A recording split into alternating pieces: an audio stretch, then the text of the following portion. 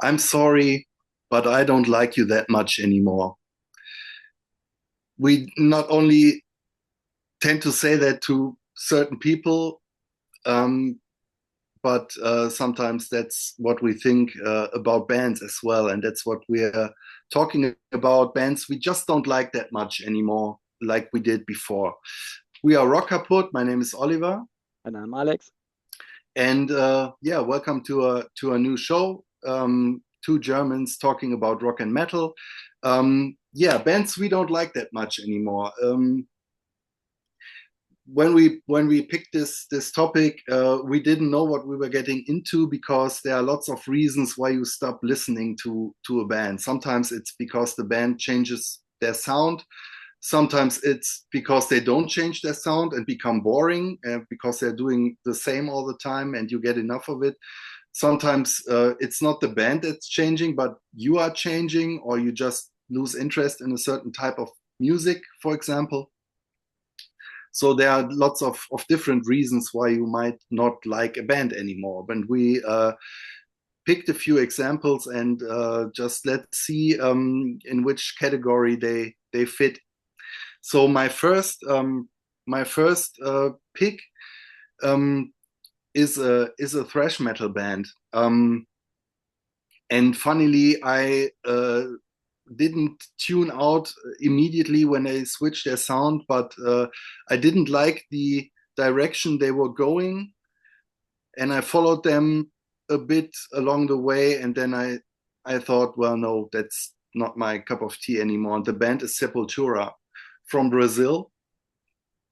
I got into them early in in in my metal phase. So when I started listening to metal, their breakthrough album "Beneath the Remains" came out on Roadrunner, and that was still a pretty harsh and brutal thrash metal album, verging on death metal. And when I got it, it was one of the heaviest albums I owned, and I totally loved it. Still love it to this day. I still think it's their best album, to be honest. And then with their 1991 album, they matured a bit. They got a cleaner production by Scott Burns, if I remember that right, on the album called Arise, which came out in 1991. They got a bit more technical, not that frenzied and wild anymore, but it was still a thrash album.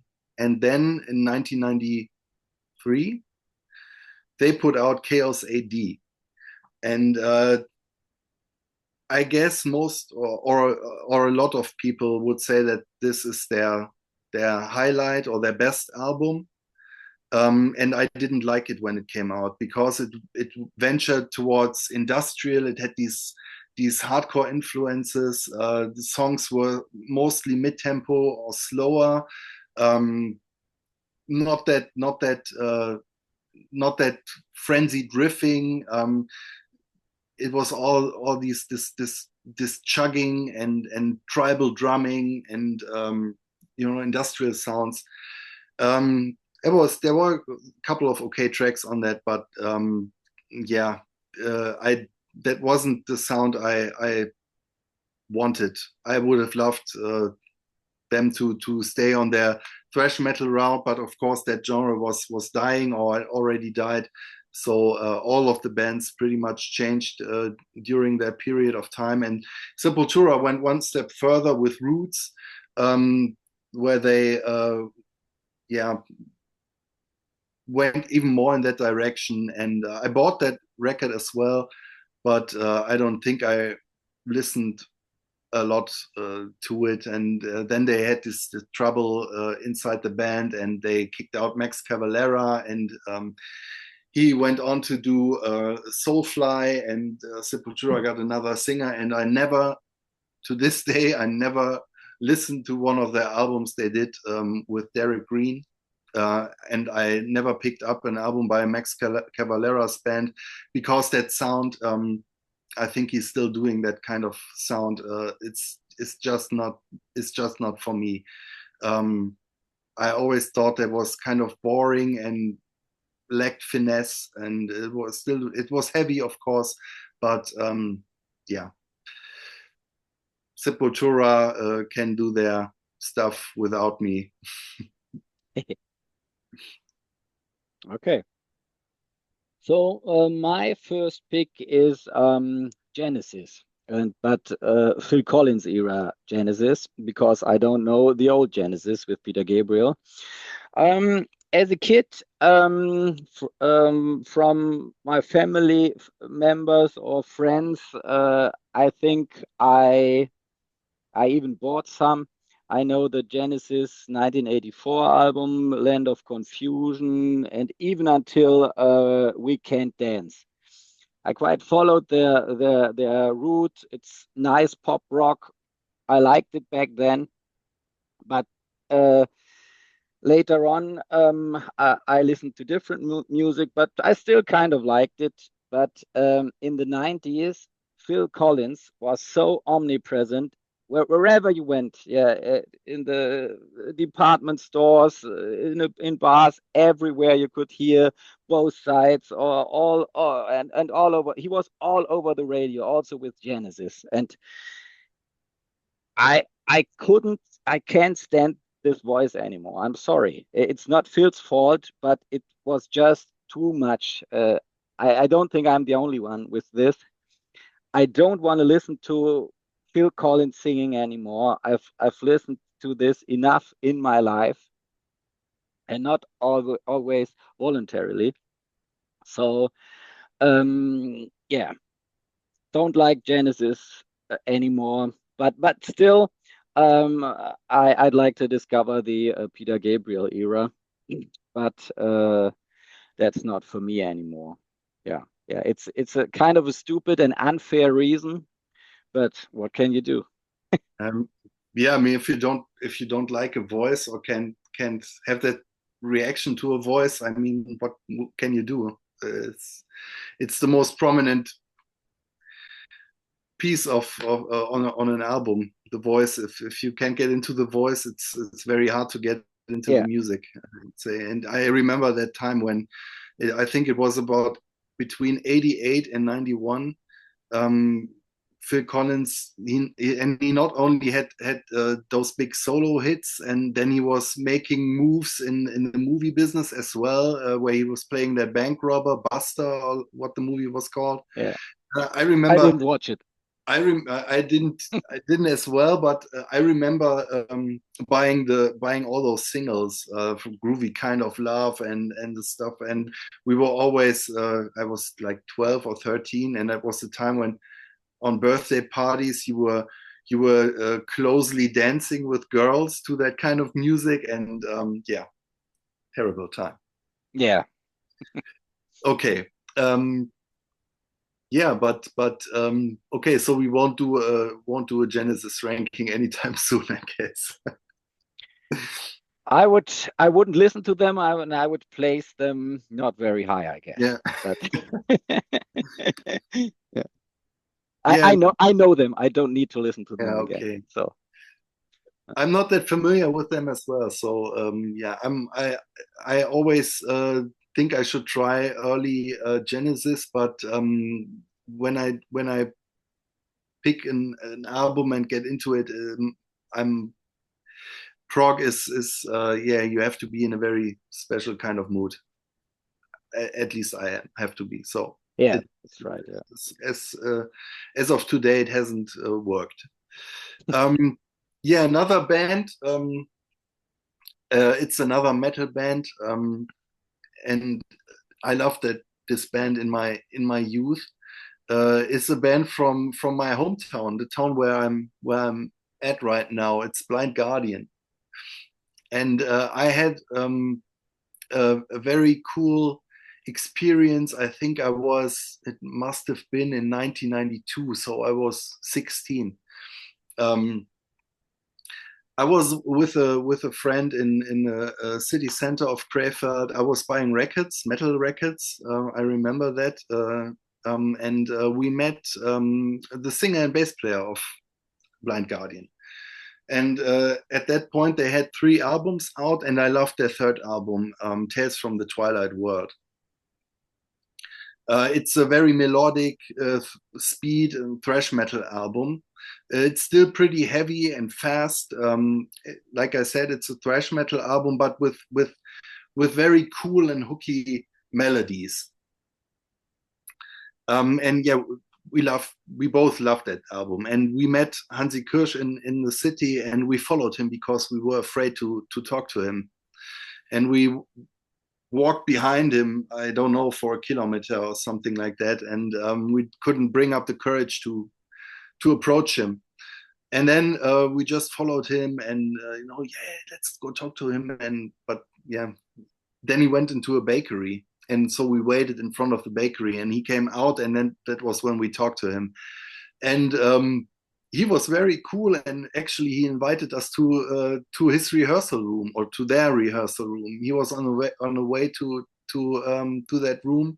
It was still a very small rehearsal room in a bunker in Krefeld, and he was taking us with him, and he played us tracks from the forthcoming album, which was coming out, I'd say half a year later or something like that, somewhere far beyond. So we were listening to tracks from an album that hadn't yet come out, and it was just cool. It was kind of, yeah, weird to be in that room with this guy we Yeah, adored. very cool. Yeah. And he was like, yeah, but if you meet the other guys, don't mention it. And it was very funny. Yeah, and of course, with their following album, that was my first live concert. I saw them with Iced Earth in Oberhausen.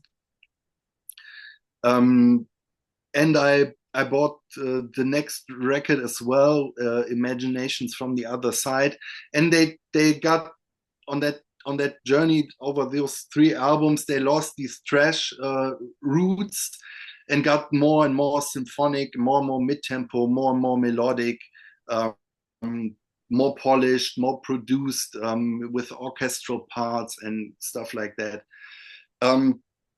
And I still liked the albums, but yeah, there was this feeling of, why can't they just do another album like Tales from the Twilight World, like a fast thrashing album with cool hooks? But they were still okay. And then they released um, Nightfall in Middle Earth. And there are these big Tolkien fans and Lord of the Rings fans, and their lyrics were always nerdy and had these fantasy lyrics. And then they were going full Tolkien on that album. So it was an album with, I'd say it was over 70 minutes, and it had like 30 songs, and half of them were kind of interludes, like in an audio play. And none of their songs were fast, none of their songs were heavy anymore. It was just these orchestral symphonic metal things with where they are going in great depth about Lord of the Rings, which is kind of boring and silly if you're not that much into that book or those books. And I immediately lost interest in them. I never bought that album, never bought an album they did since then. I mean, they went further down that road. I think their last album were a bit heavy again. I saw them live because every year in Krefeld they play these kind of Christmas concerts in a pretty small club, and I saw them a couple of years ago, and it was nice and a nice nostalgic moment. But maybe I will give them a chance and listen to those albums. They are good musicians, no doubt about that, super successful, and they've earned it. But that sound was never for me, and I missed the band that I loved so dearly 34 years ago. Yeah, but they are gone. But still, you got the albums, right? Yeah, I do. Good. Okay, so my next pick is a band from Seattle, and it is Pearl Jam. I loved this band back then. I got their first album, of course. I got their second album. I love their second album even more. I think it's the best produced. It sounded really dirty, like grunge should sound. And yeah, after that, they went in some weird directions, which I thought was kind of cool. Some some songs were a bit irritating, I would say, like Bugs, or I don't know, Bugs is Bugs on Vitalogy. I I think think yes, yeah, so. Yeah, yeah, and Ida Vanita and weird experimental stuff like a band like I think they were inspired by the Velvet Underground or something like that. Definitely not bluesy hard rock, what they played on their first record. And yeah, it was definitely a change. And yeah, but I still like them. Yeah, I thought, yeah, let's see, they do what they want. Let's see what they come up with. And my um yeah, my take on it would be they got better in writing ballads. Yeah, I think the ballads are still great on Vitalogy or the next one or No Code, but on the fast songs they got really weird. Yeah, some of them got really weird. I like a few of them, but that wasn't really for me. And this direction, yeah, I had to turn away of them at some point. Yeah, I still bought Yield, but I didn't really listen to it. Yeah, what was also not very sexy about them was that everybody was imitating Eddie Vedder's singing style.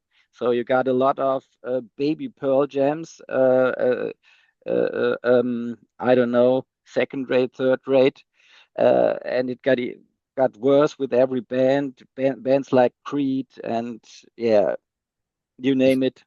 A lot of and I think this was kind of part of the reason the original got uninteresting as well. Yeah, because you had so many people imitating this kind of unique at the time unique singing style. Yeah, and yeah, they kind of lost me. I also did not like this style anymore because it was this Vedder, famous Eddie Vedder roar. And yeah, I kind of lost track, and I don't really know if I like the newer Pearl Jam because I stopped listening to them. Yeah, mm, I've read about them a lot. Yeah, they tried more Americana style. Some I like some Americana. Yeah, maybe I would like it, but I somehow lost track and listened to other bands. I wasn't a fan anymore, and because I got disappointed. But yeah, maybe someday I will listen to their new stuff and yeah, yeah, find out um, what I think about it. But yeah, Pearl Jam, yeah, I'm not really interested in it at the moment. Yeah, yeah. I like Pearl Jam. Saw them live a couple of times, but I understand that, and I tend to agree that for me, I have the biggest connection to their debut album. I loved that back then, and when I hear it today or listen to it today, I immediately travel back in time to that place where I had that record and listen to it on headphones or on my Walkman or wherever. Um, um, I didn't like the second album, um, but I got into them a couple of years later because of a friend, and I like the albums, but they are really not that spectacular. They are, I think, they are mostly playing for themselves, which is Hmm. somewhat cool because they are obviously enjoying themselves, and they were great live. I mean, they were playing 3 hours, and every concert I've seen with them was different. There was absolutely no overlap in songs. They had every evening they had a different set list, so that was pretty cool. Um, But yeah, they got a bit, yeah, you could say self-indulgent with their kind of a bit roots rocky. You said Americana. It's not that spectacular. It's yeah, kind of regressive music somehow. I think on their last couple of albums they were trying a couple of new songs and felt a bit more energetic. But yeah, I lost a bit interest in them as well over the last couple of years because you don't need to listen to like 10 albums of that kind of sound when there are really no exciting songs anymore. And that was for me what was missing. It was all fine, but the excitement was somehow gone. Yeah. A band that for me that is a bit similar, and we talked about them before, is Foo Fighters. And I got into them a bit later as well because when they first came out, I was into metal and not interested in them, um, and I got into them when I stopped listening to metal. And the album they had out was, I think it's One by One, right? With the heart. Yes. Mm. Yeah, One by One. The song is all. Isn't this? All My Yeah, Life yeah, was right, one of the hits. right, right. Yeah, that was when I got back in, and I loved that album. Bought the back catalog, loved those as well, and followed them for a while. Saw them live a couple of times. First time was great. Second time was good. Third time was okay. So, and I remember the last time I saw them was 2015, and it was the tour where Dave Grohl had this broken leg and he was sitting on his throne Mm. of guitars, which at first I thought was cool, but then that whole concert felt,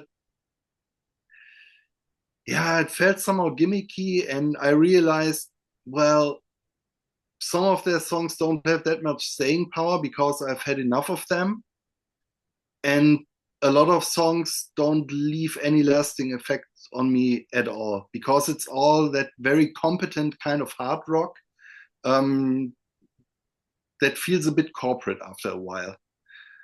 There's no real risk in it. I think Dave Grohl is a nice guy. He's also a bit too, what you said about Phil Collins, a bit too omnipresent, a bit too much in love with himself and his opinions.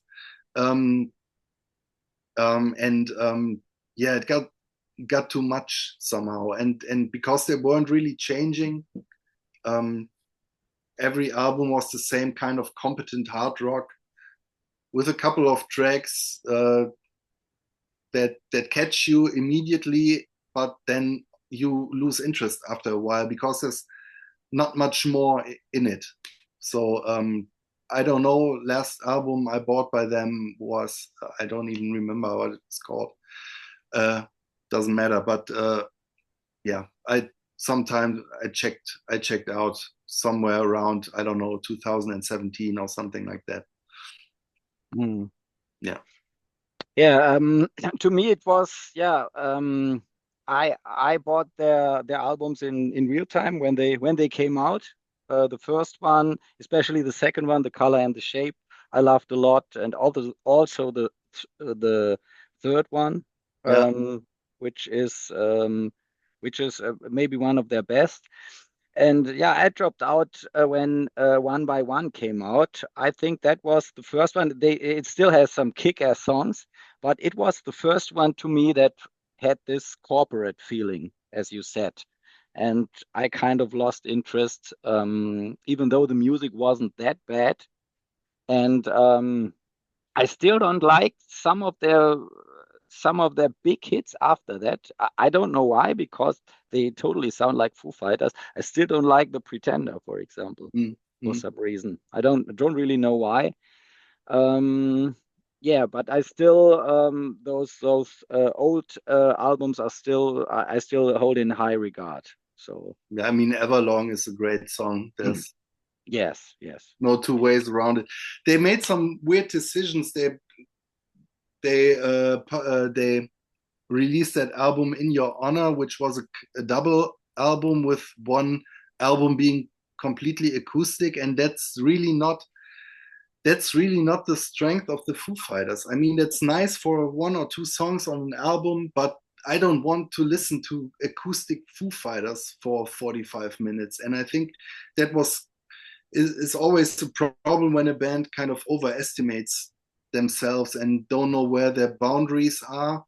Um, and yeah, on the other hand, they didn't develop it there with their rock sound as well. So yeah, No, not really. yeah, weird band. And I don't know, Dave. It. I think it's a bit sad when you like a person so much and you think, wow, that's a cool guy, and then you realize over time, and he doesn't really do anything wrong, but you realize over time, well, I've kind of had enough of that guy. So Yes. Yeah, yeah, yeah. yeah, I think maybe they could have made it more interesting if the other guys in the band had more influence on the songwriting. I don't think that was the case. I'm really not an yeah, expert in this, but I have a feeling Dave Grohl is really the main songwriter in almost every song. And yeah, I think most great bands have more than one main songwriter. yeah, yeah. Of course, they lost their drummer, who was pretty charismatic guy. Yes, but really late. Yeah, I think they yeah, had those identity problems, I would say, before yeah, that. Yeah, yeah, yeah, that's right. Yeah, very good drummer. Yeah, yeah, but it was, to me, the Foo Fighters were always kind of the Dave Grohl band. Dave Grohl playing with some guys, and who it was did not matter that much. Yeah, yeah, that's my take on it. Not that they are bad musicians or something, but they I don't think they had much compositional input in the Foo yeah. Fighters. So yeah, Yeah, and they didn't make any attempt to be heard or taken or to take their place next to Dave Grohl. They yes, preferred to stay yes, in the background. Yeah, yeah, yeah, yeah, yeah, yeah. And it was really weird how they fired Josh Freese, but yeah, yeah, I, it was the last drummer, and he yeah. got a note. Yeah, yeah, he's not in the band anymore Okay. without any reasons. And Yeah, I at mean, least he he did. got it. At least he got a note. You remember Yeah, how Ian Gillan was not fired from Black Sabbath yeah, just yes, right. Yeah, yeah, yes, those stories. Right. do you have Yeah. another pick? Um, I have another pick. Um, yes, I have another pick, and my next pick is an artist which is not often discussed on this channel or even other channels, and it's actually Peppa Pig. I got in her first album is of course called My First Album, which really has some bangers like Bing Bong Zoo or Busy Miss Rabbit is really my favorite song, or Welcome to the Class of Madame Gazelle. And really, all the songs are really great. But after that, on Peppa's Adventures, I don't know, they recycled a lot of songs, and also on Peppa's Club. Yeah, the Muddy Puddle songs was the remixes over and over again, and the songwriting wasn't as good as before. And I, I'm really not interested anymore in a new album, I would say. Does the father have any songs? He appears in some songs. There's a song called Bestest Daddy in the World, which is really good. It is actually on the last album. It's one of the rare good moments on the album. But otherwise, it's going in a more of a disco direction, and the the production is less ballsy than on my first album. Yeah, Yeah, but yeah, that it's kind of sad, but Peppa Pig smelled the big money and went for it. probably, Yeah, probably, yeah. yeah. I have Right. if when you're talking about Peppa Pig, I have a very similar case. Glenn Danzig Oh, talking about pork. uh, yeah.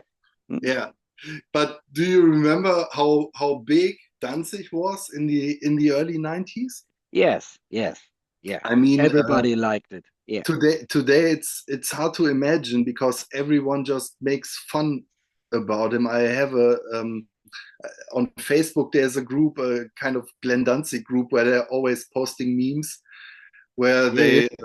they kind of Photoshop Glenn Danzig's face on any picture they could get their hands on, and it's always about him eating stuff or being fat or being small and whatever.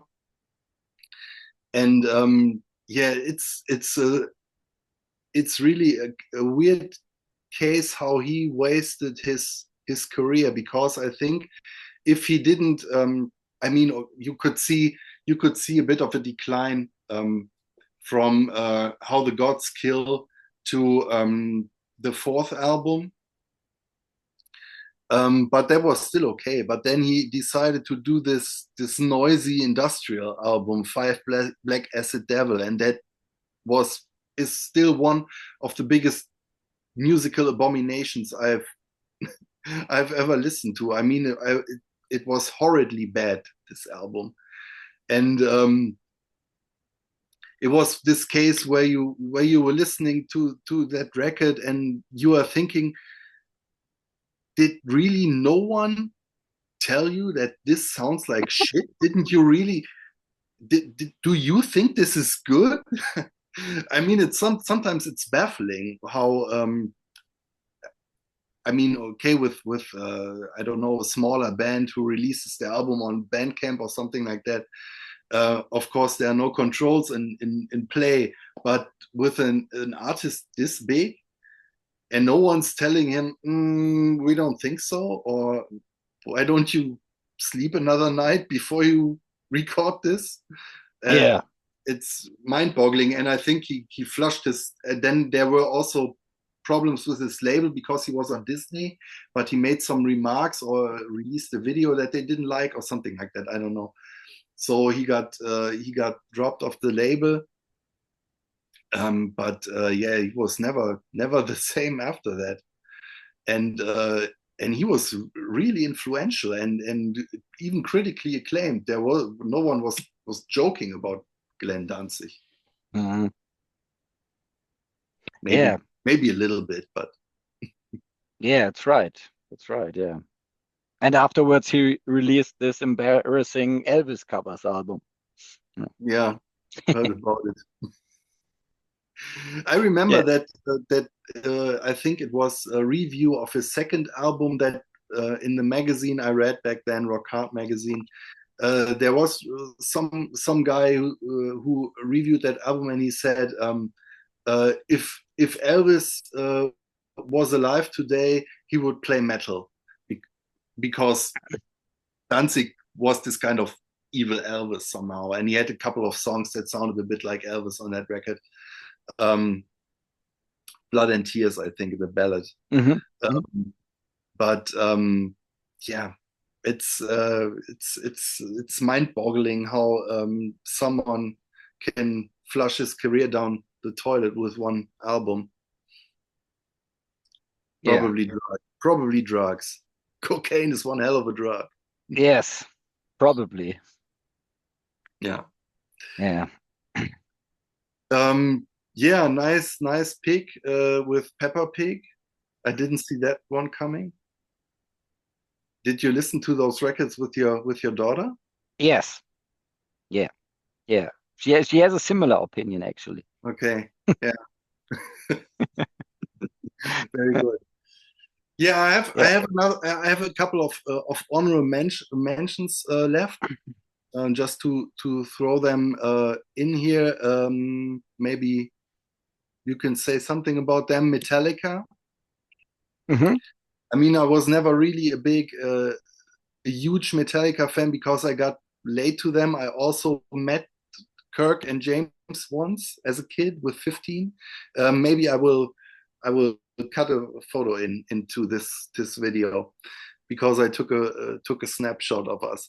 And that was when they were releasing the Black album. So I got late into them, bought the albums before. I still love them, but I was never really a fan, and I never really experienced that period between Kill 'Em All and the Black album.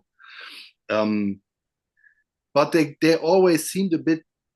After that, I bought Load.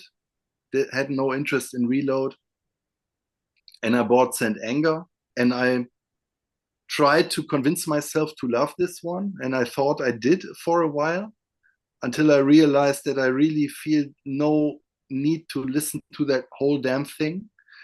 I thought it was a ballsy move back then to release that album, and somehow I still like it for being that uncommercial.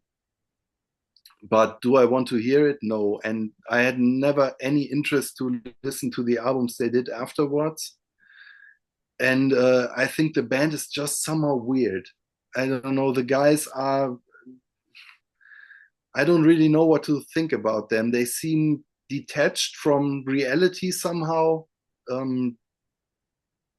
When James and Kirk seem like nice guys, but then in that horrible film, some kind of monster, they come across as such idiots that it totally ruined them for me in a way. So beyond the first four or five albums, I don't want to listen to anything by them anymore.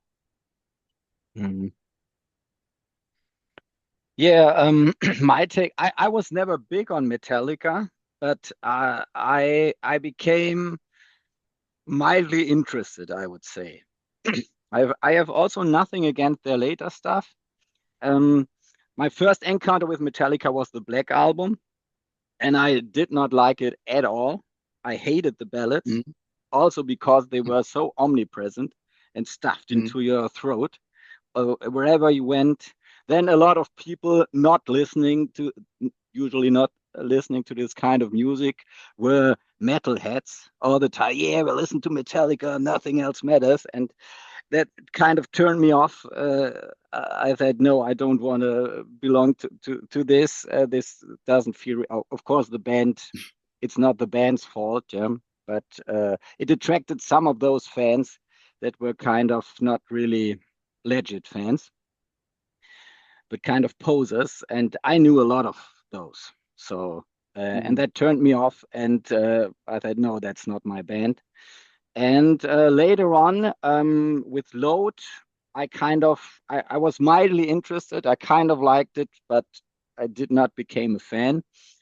And what actually turned me to them, it's quite interesting. I kind of somebody borrowed me the Garage Inc. album, and yeah, and I could listen to their influences and what bands turned them on, and I kind of really liked it because I saw, wow, those mm. famous guys are fans of the Misfits. How cool is that? Yeah, and I discovered some other cool bands like Discharge, and what else was on that record, and that kind of opened the band up for me. Yeah, and I always liked that about Metallica. They talk a lot about bands they are fan of, like Lars. Lars is a big Oasis fan, yeah, which is super cool, yeah, because nobody would expect that from Lars, right?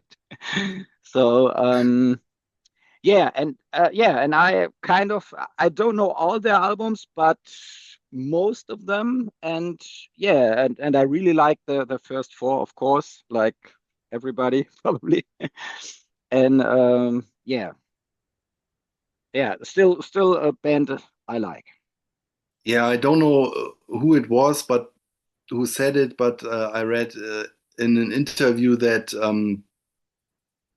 someone from of them mentioned that they had never talked in all their years as a band. They never talked about politics, for example, um, which I said they are weird and detached. And I think if you spend so much time um, in a group of people. And I mean, I understand that these bands, especially when they become famous and it's a business, that they are not the friends who are always hanging around and drinking beer. I mean, they have families and other stuff to do.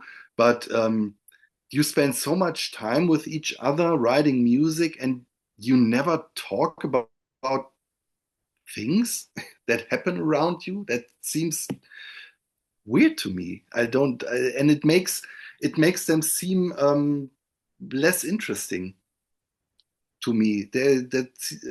I mean, how shallow must they be to make music together, spend so much time, and never talk about anything? Um, yeah, Mm, what's around them? That yeah. I mean, I don't know if I just read that. I don't know, but after I'd seen that film, I thought, well, it seems seems true. That was the impression I had by them, that they're kind of superficial guys, um, and Mm, they don't seem that way on their first albums. mm. Yeah, probably they have changed, but yeah, I don't really know that much about them. Yeah, As I say, I wasn't a fan. That's why I wasn't that interested in their personalities. So it didn't really hurt me when I saw some kind of monster or something. But for a fan or an ex-fan, that movie must be really hard to watch. Can totally understand that. it's a fascinating film. I mean, it's pretty unique. It's hard to watch. Um, it's even harder if you like them, of course. Yeah, I think I mean, it's not always if you're always tracking down what kind of people though the musicians are. I mean, you will be in for a couple of disappointments because we're all human, and of course, assholes can be great musicians. That's the way it is, and And a lot sometimes of you do better by not giving caring too much about what they say, and sometimes you can't avoid it to read stuff they say or something like that. And but I think it really becomes a problem when the stuff they put out doesn't really grab you anymore. Mm, When those two things add, then it becomes problematic. yes, that's right. Okay, do we want to wrap it Good. up? Um, I've got one more very quickly. Yeah, of Okay. course. I've got Yeah, one more. I mean, not very original, but I think we can talk about it. It's Coldplay. Very hated band by a lot of people, but sometimes it gets forgotten. I think that this band was really good once. yeah. Their first, I don't know, 4 or 5 albums were really, really good, even great, I would say. Yeah, I wasn't a fan, but I really liked A Rush of Blood to the Head, their sophomore album, or X and Y. Yeah, Hmm. and they had amazing, cool singles on that one. Um, and then they kind of took a left turn. I don't really know what happened, and they do this kind of meaningless background pop. I don't know how to call it. Yeah, I Hmm. mean, there are still fans that like it. Okay, great for them. But I don't really know people that are really invested in them, are the real, I don't know, talking on the channel about their new album, on some channel about their new albums, how good they are. And the critics hate them, I Hmm. would say. So Yeah. it's really a band. Uh, yeah, I, I don't know. I don't understand how this could happen, actually. I saw them live with their second album, loved it as well.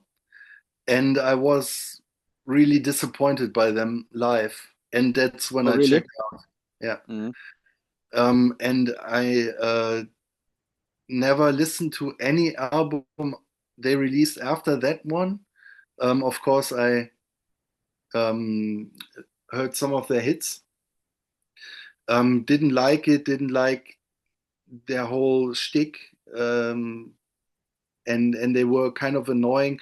Couple of months ago, I don't know why, but I listened to Viva la Vida, and that's a great song. I Yeah, mean, yeah, it's a wonderful song. But yeah, there's something about this band that rubs me the wrong way these days, or for 20 years more. yes.